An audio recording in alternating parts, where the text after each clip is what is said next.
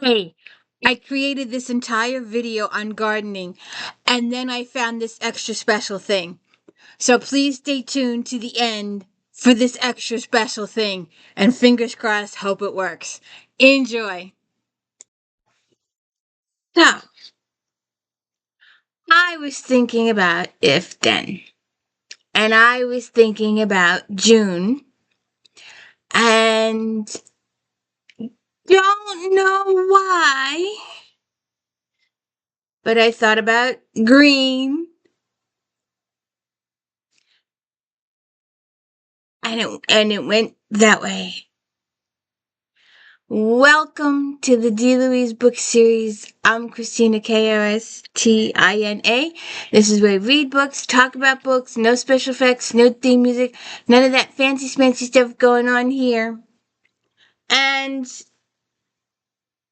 Casanova.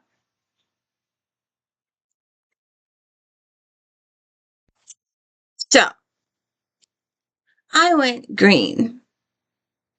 Now, we did St. Patrick's Day, all the Irish stuff. But I was wondering how you are at gardening.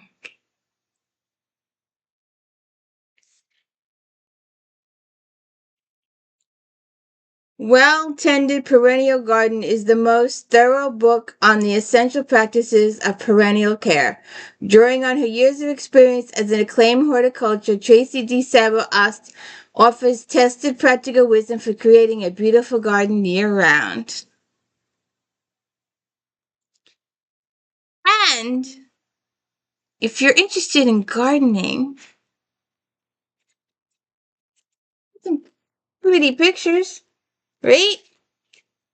How about murder? Cozy murders in a garden. Happy if then Fridays, which will eventually become if then Mondays. So,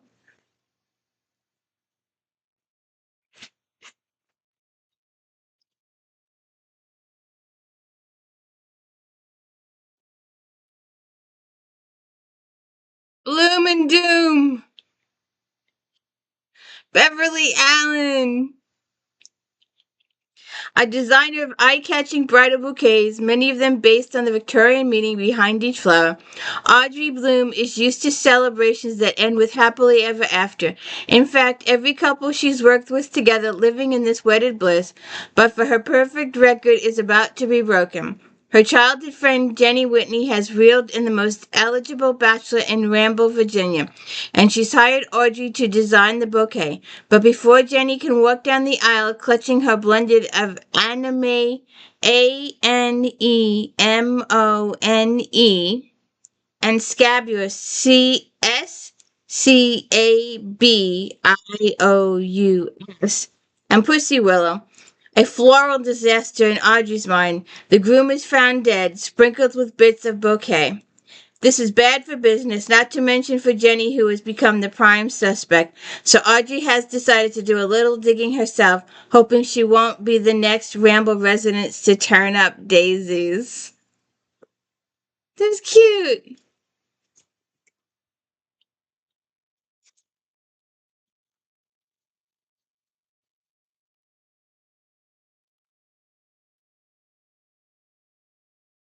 Muddied water picture. Wendy Tyson. Meg Sawyer gives up her big city law career for her grandmother and run the family organic farm and cafe. She expects to find peace and tranquility in her scenic hometown of Winston, Pennsylvania. Instead, her goat goes missing, rain meddles her fields, the town denies her business permits, and her family's colonial-era farm sucks up the remains of her savings. Just when she thinks she's reached the bottom of the barrel, Maggie and the town's hunky veterinarian discover the local zoning commissioner's battered body in her barn. Now Meg is thrust into the middle of an investigation and she's the chief suspect. Ah, Interesting, don't you think? Yes, ma'am. Yes, ma'am. Yes, ma'am. Where'd it go? It's here. I just saw it. Maybe CozyMischief.com will give me some credit. They don't have these on their site. Flower beds of state.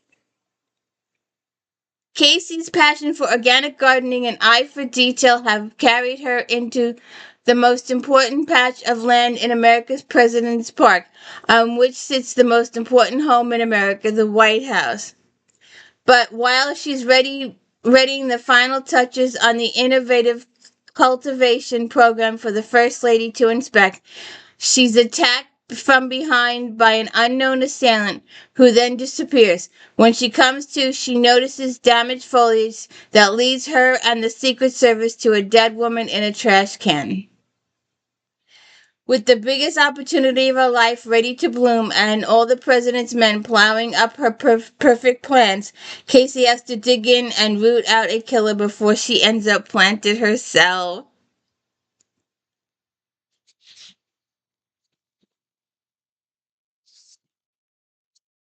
Um, I just saw it.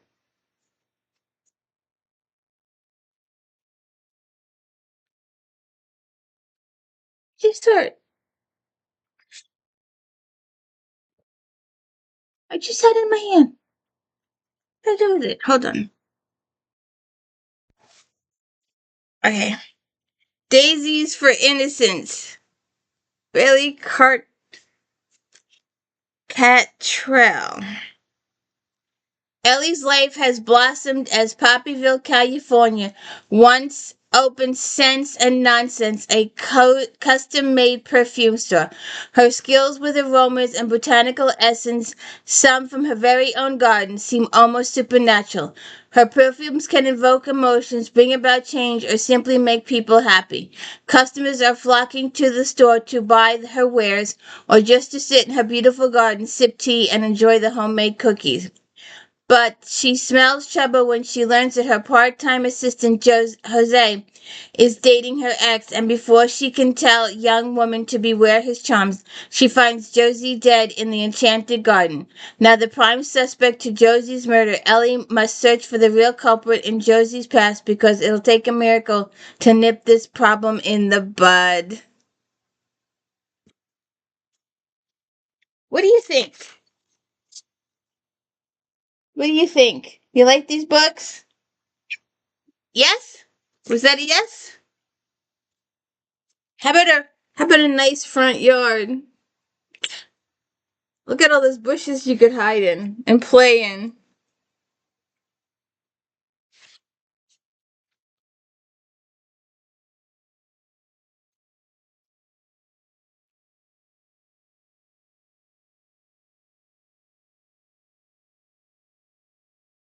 Pretty garden.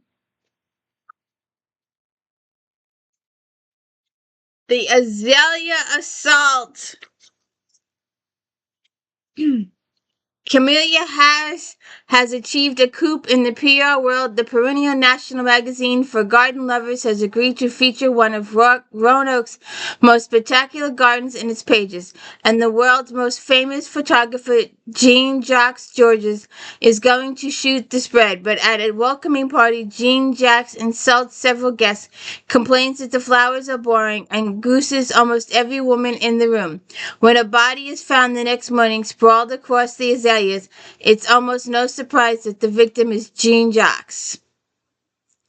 With Cam's brother-in-law blamed for the crime and her reporter boyfriend Rob wanting the scoop, Cam decides to use her skills to solve the murder. Luckily, a PR pro like Cam knows how to be nosy.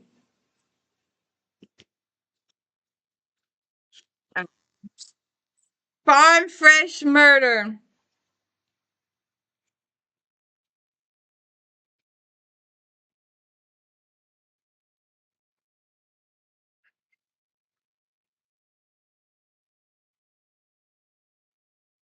There she is.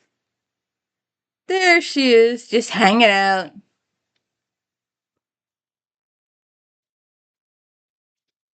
Um, so, a farm fish murder. Becca Robbins leads a simple life making jams and preserves on her very own farm. But when there's a murder in her quaint little town, she puts herself in the line of fire to defend her friend's innocence and goes from making jam to being in a one.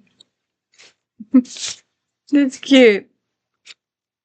Um, I'm not exactly sure how this ended up in the pile, but it ended up in the pile. Mistletoe and murder. It's December 1923, and the formidable Dowager Viscount Dalrymple has decreed that for Christmas the family will all gather at Brockdean at Cornwall at the invitation of Lord Westmore. So her daughter, the Honorable Daisy Dalrymple Fletcher, and Daisy's husband, Detective Chief Inspector Alec Fletcher of Scotland Yard, must spend their Christmas holiday trapped in an ancestral estate with a rich history of lore, ghosts, and rumors of hidden treasure and secret passageways. With a family seething with resentment, grudges, and faintly scandalous history, the veneer of civility that pervades the halls of Brockdean begins to wear thin when long-held family secrets threaten to bubble over and one of the Christmas guests is found savagely murdered. With too few clues as to who committed the murder, and with too many motives as to why, it's up to Daisy to sort out the truth that lies beneath a generation of poisonous secrets. Uh, um, oh shit, I got some in my eye.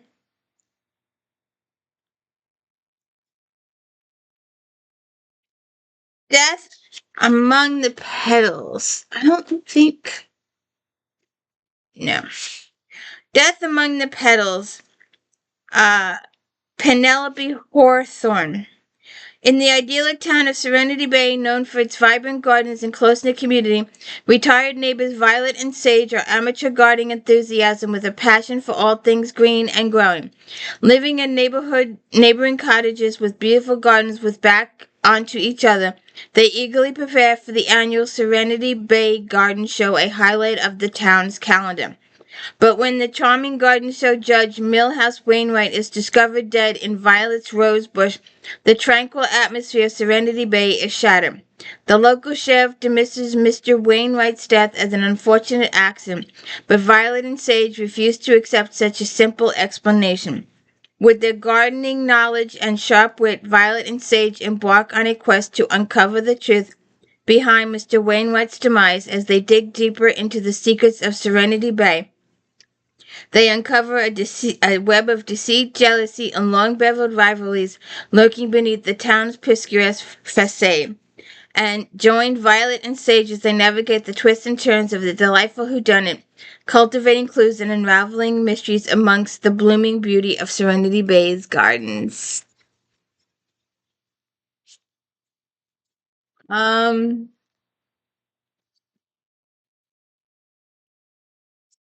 on but not forgotten. um, Athena Spencer works with her Greek American family, whom she also anonymously blogs about at their garden center near Lake Michigan. She's also gained a reputation for crime solving, and that's what brings flower shop owner and sleuth Abby Knight Salvatore to her door. Abby has come from Indiana to this Lake Michigan town to help her cousin Julianne, who is emceeing a local fashion show and now stands accused of murdering one of the models.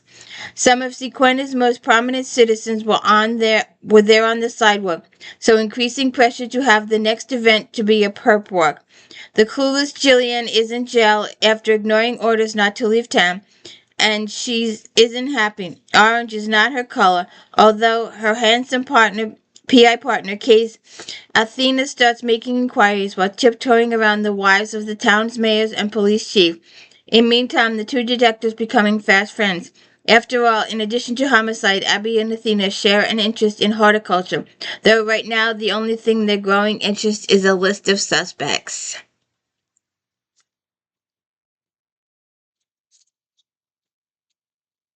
Okay, we have a couple extras that came up with my search. I spotted this yesterday. Laura Child, Agony of the Leaves. Theodosia Browning has been hired to cater the private party honoring dignitaries and donors at the grand opening of Charleston's Neptune Aquarium. When she escapes the party for a momentary rest, Theodosia discovers the body of a man drowned in one of the aquarium's tanks. To make matters worse, the victim is her former boyfriend, Parker Scully. Theodosia notices what looks like a defensive wound on his hands and realizes that someone wanted Parker dead. The local police aren't keen on hearing her theories, so Theodosia knows that if she wants Parker's killer brought to justice, she'll have to start her own investigation.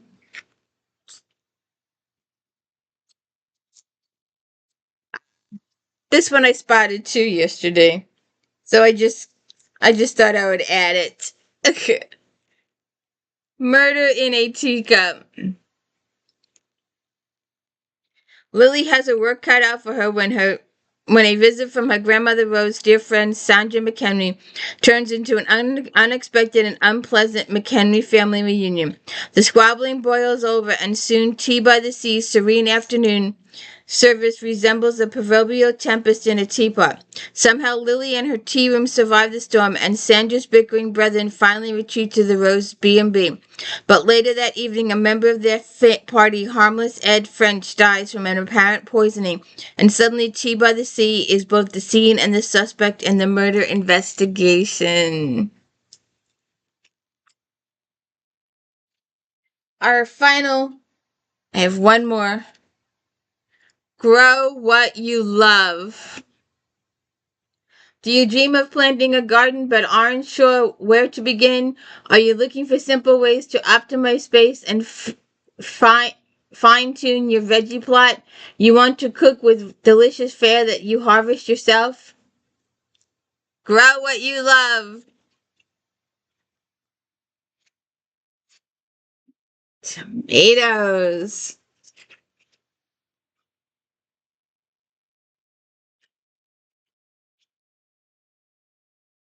I have no idea what those purple things are. I don't know. No idea what that is either. Organic matter.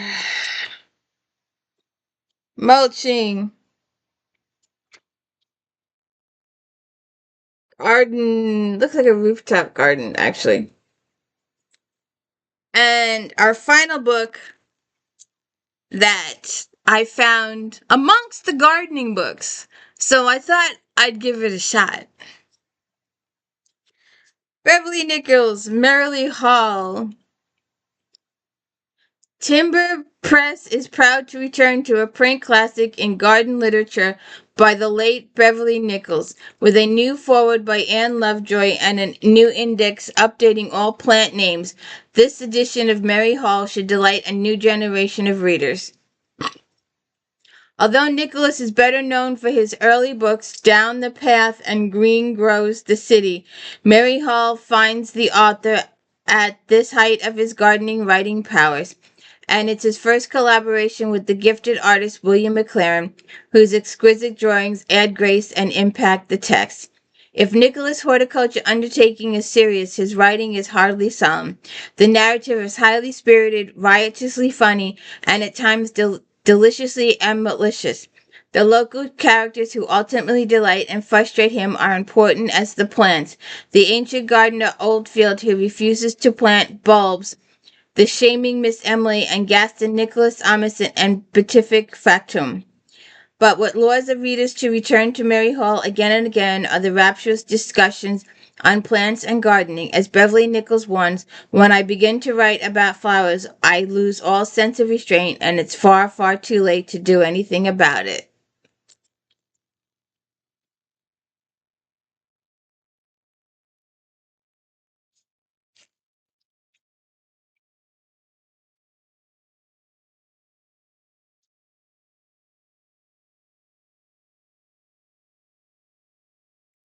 What'd you think?